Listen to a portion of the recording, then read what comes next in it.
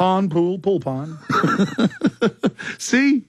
Alex Jones just smiled thinking about Caddyshack. Hey, I've been told, well, you said at the time, but it's very popular on the internet, about that night the Iraq War had just started. Yeah. And I got in their face. You like that story. Oh, what, with you and me in Austin? Yeah. Yeah, that's my favorite piece of video I've ever... It's the only thing I'll watch of myself. Alex is going to introduce me. He's down there with Kevin Booth, you might know as Yoko Hicks. He's down there, and I go, hey, do you want to introduce me? And Alex says, yeah, sure. I'm not a comedian, though. I don't know what to say. I go, say whatever you want. Alex goes on a 10-minute rant trying to cram every piece of knowledge he's ever learned in his entire career into a drunken late-night Friday audience. It's all the same from Pol Pot to Saddam Hussein. We prop these guys up, and he's just barraged, and half these people are drunk. Half the people know Alex, so they're clapping. They're into it. The other half... There's some troops. ...are waiting for the jokes, and they're yelling, you're killing my buzz. And Alex almost gets into a fist fight with a drunk guy in the front row, and then as this comes to a crescendo of people are yelling at each other in the audience and fights are about to break out, he goes, all right, here's Doug Stanhope. I went up into this melee, and it was one of the most fun nights. I love chaos like that. That's what live shows are. Well, what happened was I was criticizing the Iraq War, and they're like, shut up, commie. And well, some of them were for you, and some of them had no idea. Oh, no, I mean, it was a minority of people, but they thought, like, they were butchering the Dixie Chicks at that point, and they thought I was going to shut up, and that it just because they went, I'll kick your butt, I was going to urinate down my leg. And so I meant it. I told those troops, I said, come on up here.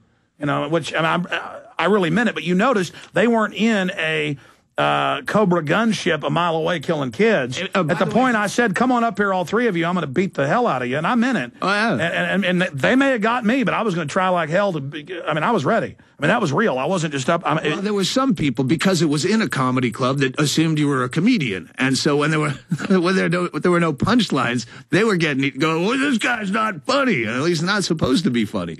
He's just up here talking to you for... If you want to see this, just Google search the Austin incident and Doug Stanhope or Alex Jones. And, yeah, it's out there all over the place. Yeah, we're playing it right now. Don't fade it up. There may be some profanity from the crowd. Certainly not from me. I'm a white lily of decency.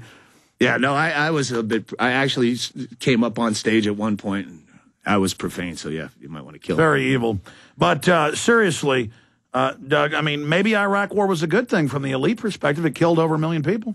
It never affected my day. I was never at risk of going. I'm against all war. And you're not having kids, so they can't get them. Nope, no kids. I'm just going to drift off into the sunset, yelling and hopefully maybe make a difference in my own little tiny town of 6,000 people. But, yeah, I don't... I guess at one point I thought I would change the world doing stand-up comedy and yelling into a microphone. I spent 20 years just stomping on everything that stupid people find joy in. That's what I do for a living. Why did you pick the town you're in? It's kind of a hippie town. It's just a town I found. I had to get out of L.A. Is it called Commie Town? No, it's half hippie, half Minutemen. It's got a nice mix, keeps everyone in check. You know, you got people wearing, sidearms, walking into the grocery store with a 6-shooter on their hip. And so it sounds like a Wild West. But yeah, and you have the hippie element. It's a mining town. The mine went bust, so all the property values dropped in the 70s, and hippies, artists were buying, houses for $2,500 and whatnot. So it's got a good eclectic mix. What's the name of the town? Bisbee, Arizona. Uh-oh. I forgot to turn my phone off. Sorry. It's a text from the Bilderberg group. You're pushing your luck, buddy. Stop texting me. I think it's actually somebody with your friend Jesse Ventura.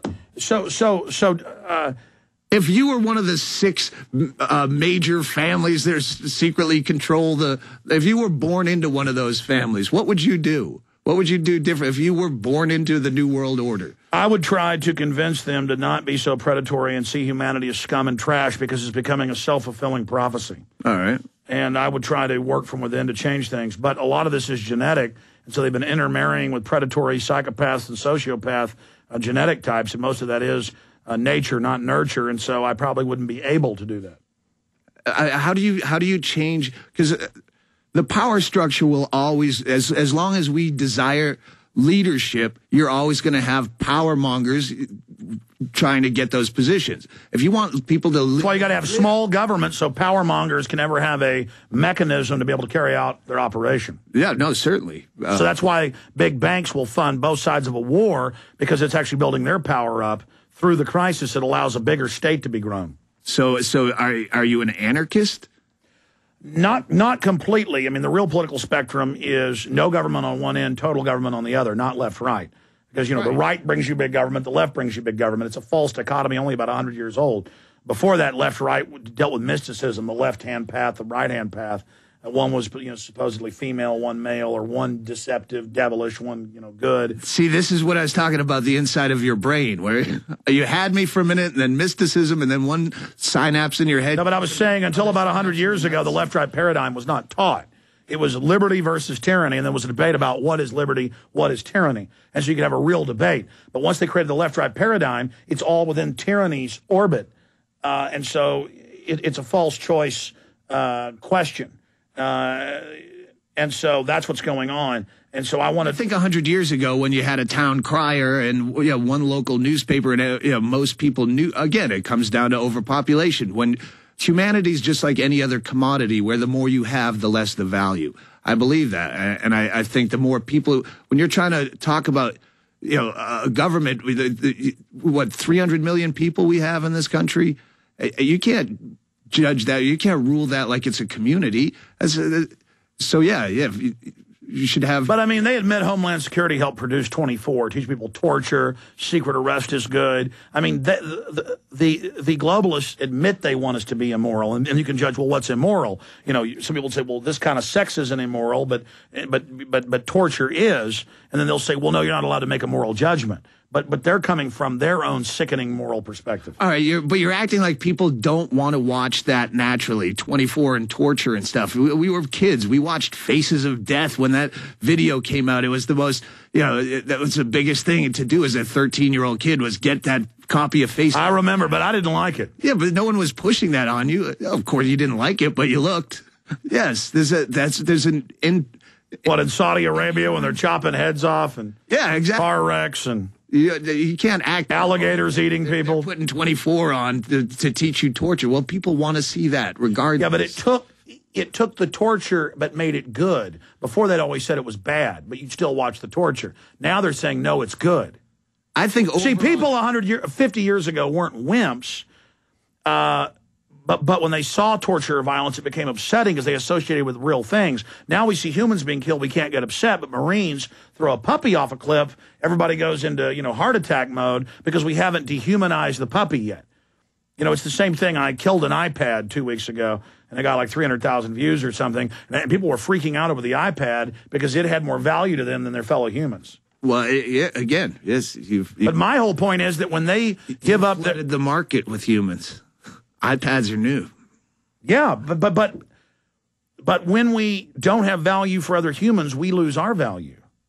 And then people stop valuing themselves and stop having larger and better goals, and so it becomes a self-fulfilling prophecy. Sure. I mean, my God, listen, you say you've given up on a lot of things, and you're telling people not to breed, and I don't think you should commit suicide, you and your girlfriend and your neighbor you brought with you, but, I mean, that's the logical extension. And there actually are some families that are killing themselves now in the news. I'm sure you've seen that. For the earth. I have, I have. They're killing their babies. That is a door that's. The UN says me that I. Well, a lot of UN officials say they want to start killing babies after they're born. All right, come on, break that down for me. No. I mean, Peter Singer and a lot of these top globalists say they want to be able to kill old people, and they also want to be able to let people kill their kids up until about age 2. Just randomly, well, for the earth. I mean, if you want to kill Yeah, no, suicide is definitely an option for me. It's something I consider. Well, they actually have. I forget the name of the group. We've had them on. They actually have an organization that recommends people commit suicide. Yeah. I think it's a cute website to send people to. But you've seen it. Yeah. Oh, yeah. Come on with my. But you're not going to commit suicide. Not at this point. But when things get ugly, I'm not going to be someone on life support. fighting for my last breath. Life's not that good. It's pretty boring after a while. You get to a point where you go, all right, I've done all the drugs. See, I don't need drugs. I mean, I drink coffee and stuff, but I don't need drugs. I mean, some days it's just so beautiful. I mean, what is it about the human psyche and engineering that we know a sunset's beautiful, that we see an ocean is beautiful, that we see birds nesting, you know, in the eave of your house? I got with Alex Jones saying positive things. No, I talk about it all the time with, you know, their beautiful blue feathers and little silver gold chests of these swallows. And you know, 3 or 4 generations at my house now know me and they like me, almost land on my shoulder. You know, I mean, they're seeing the beauty in the world. I see the beauty in the world. I don't think there's too many swallows. I mean, there's a whole bunch of them. I probably got 50 of them at my house. I just pictured Alex Jones as Dr. Dolittle with birds landing on his shoulders. It was a pretty vision. And I come out at night and there's a little lamp post, you know, there.